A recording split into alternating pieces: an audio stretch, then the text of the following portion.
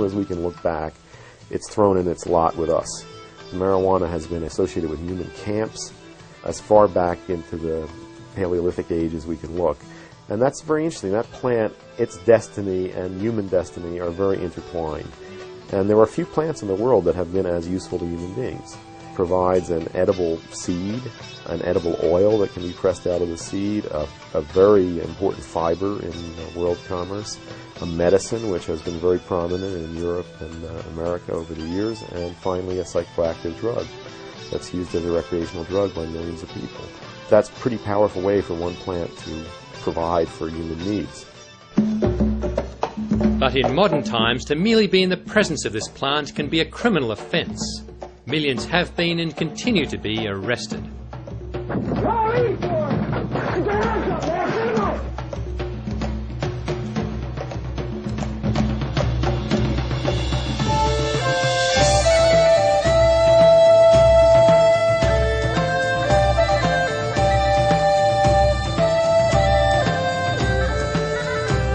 Hemp has been the major paper-making material for most of the time since paper was discovered in China around the time of Christ.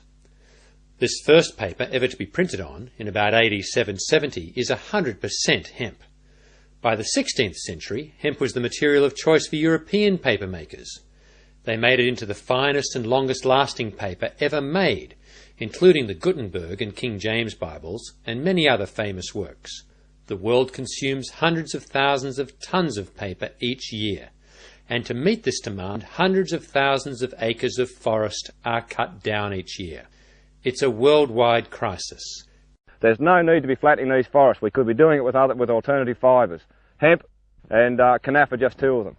The water that comes out of the pulp plant, out of the pulp process, has large quantities of chemicals that are potentially toxic to marine organisms that live in the bay.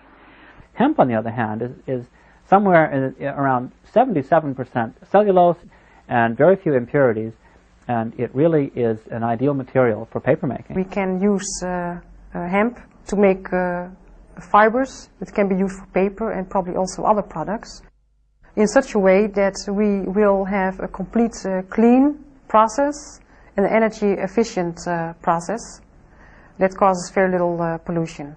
The Dutch are proud of their perfect crop, 3 to 4 metres in height. The textile industry is also experiencing a resurgence of interest in hemp.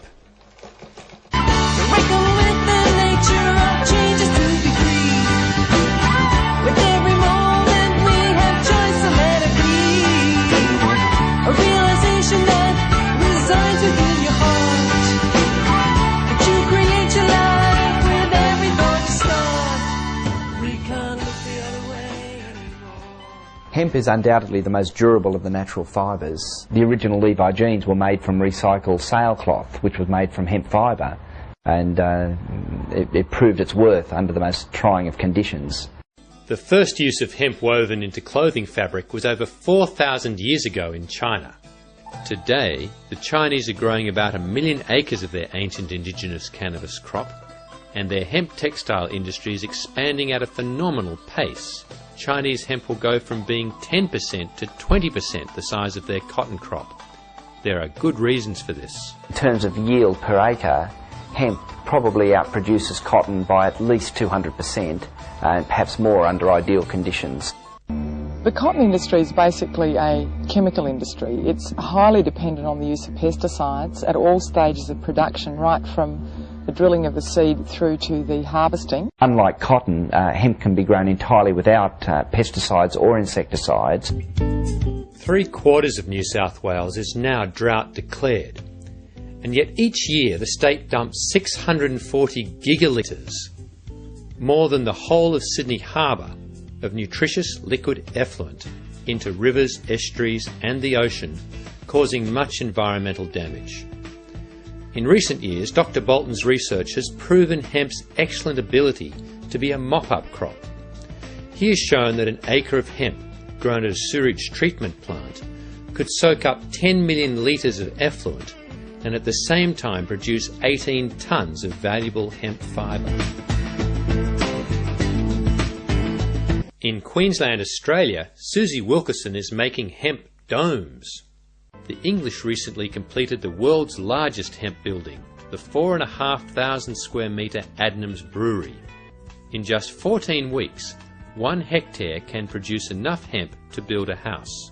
While growing, this hectare of hemp would have absorbed 18 tonnes of carbon dioxide, which becomes locked into the walls of the hempcrete house.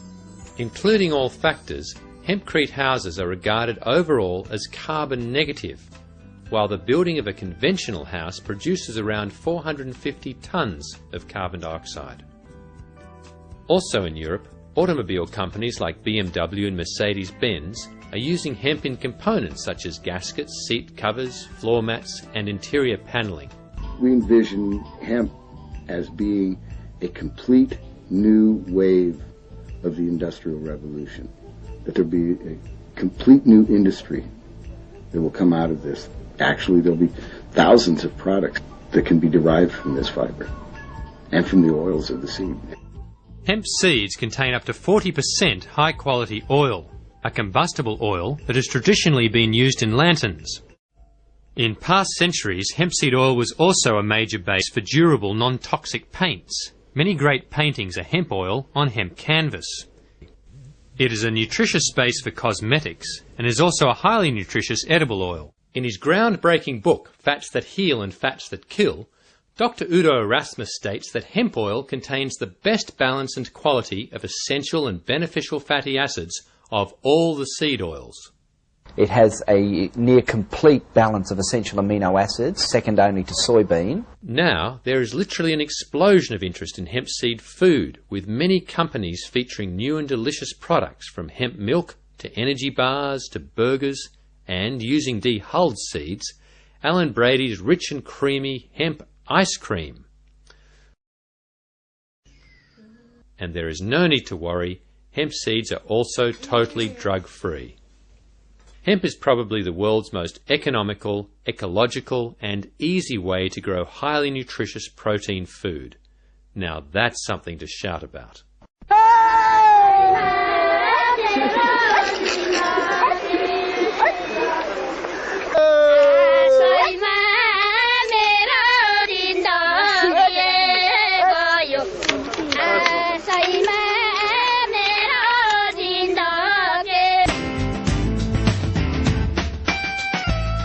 For the last 60 years, before this recent revival of industrial hemp, the hemp plant has been most commonly associated with the drug cannabis, now commonly called marijuana, found in its flowers and leaves.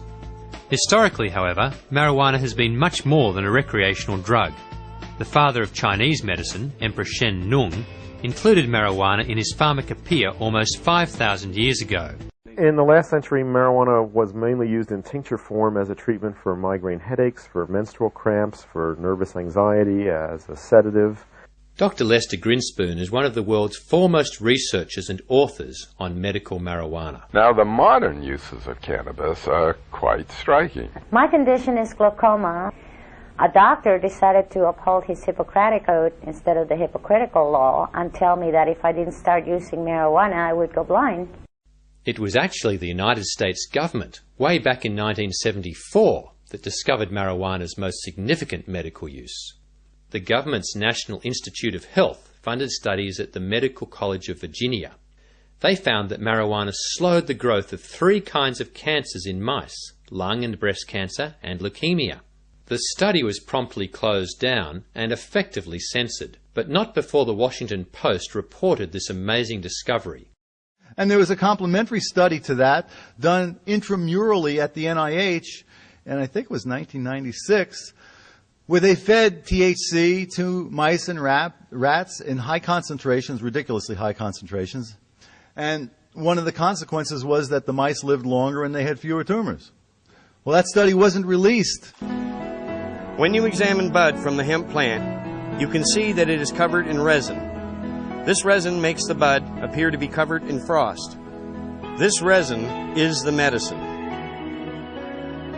When collected and processed properly, the resulting oil is an effective cure or control for practically any disease known to man, even cancer.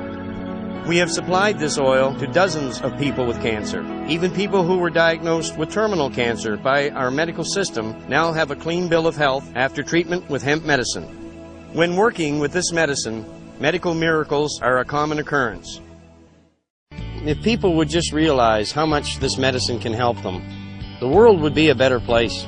This is a miracle medicine. There's no way around that. I got nothing else to say, but, you know, it's good. It does the trick.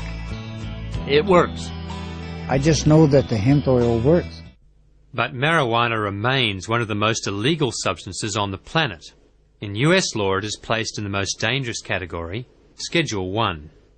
In various cultures throughout history, marijuana has been valued because it was a doorway to other states of consciousness.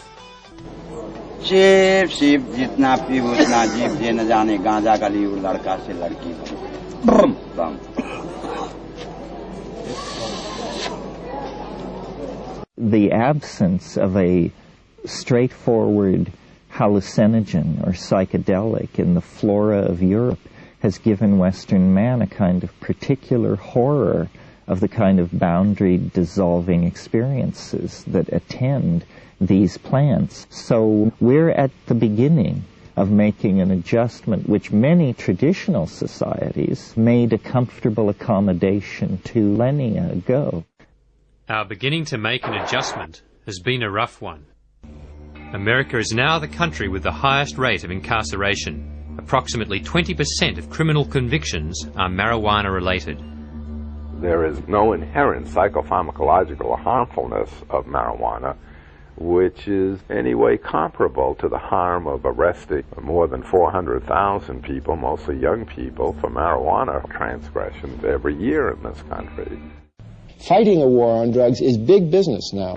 When the walls have begun to crumble, when the laws have begun to burn, when the wind is singing freedom, when the stone begins to turn. In Holland, the drug problem, the issue, is considered an issue of health and welfare. So it's not for the police and the court. I experimented with marijuana a time or two, and I didn't like it, and didn't inhale, and never tried it again. I inhaled frequently. That was the point.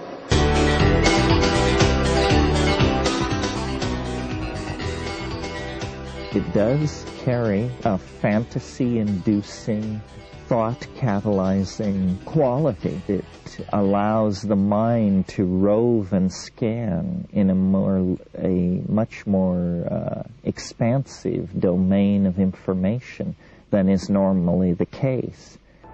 Under the influence of the drug, he killed his entire family with an axe.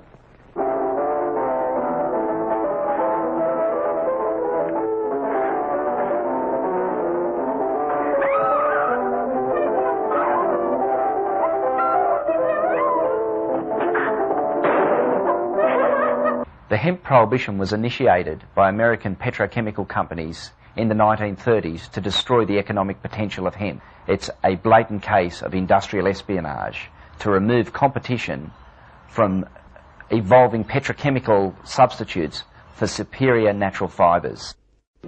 Hemp for countless naval uses, both on ship and shore. Hemp for victory. This situation of not being able to use the world's most useful plant freely is not normal.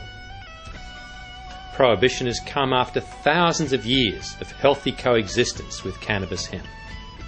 Let us once again coexist with cannabis hemp in a healthy way, for now hemp is making a rapid comeback to serve us at a critical time with huge potential benefits for our civilization and our environment.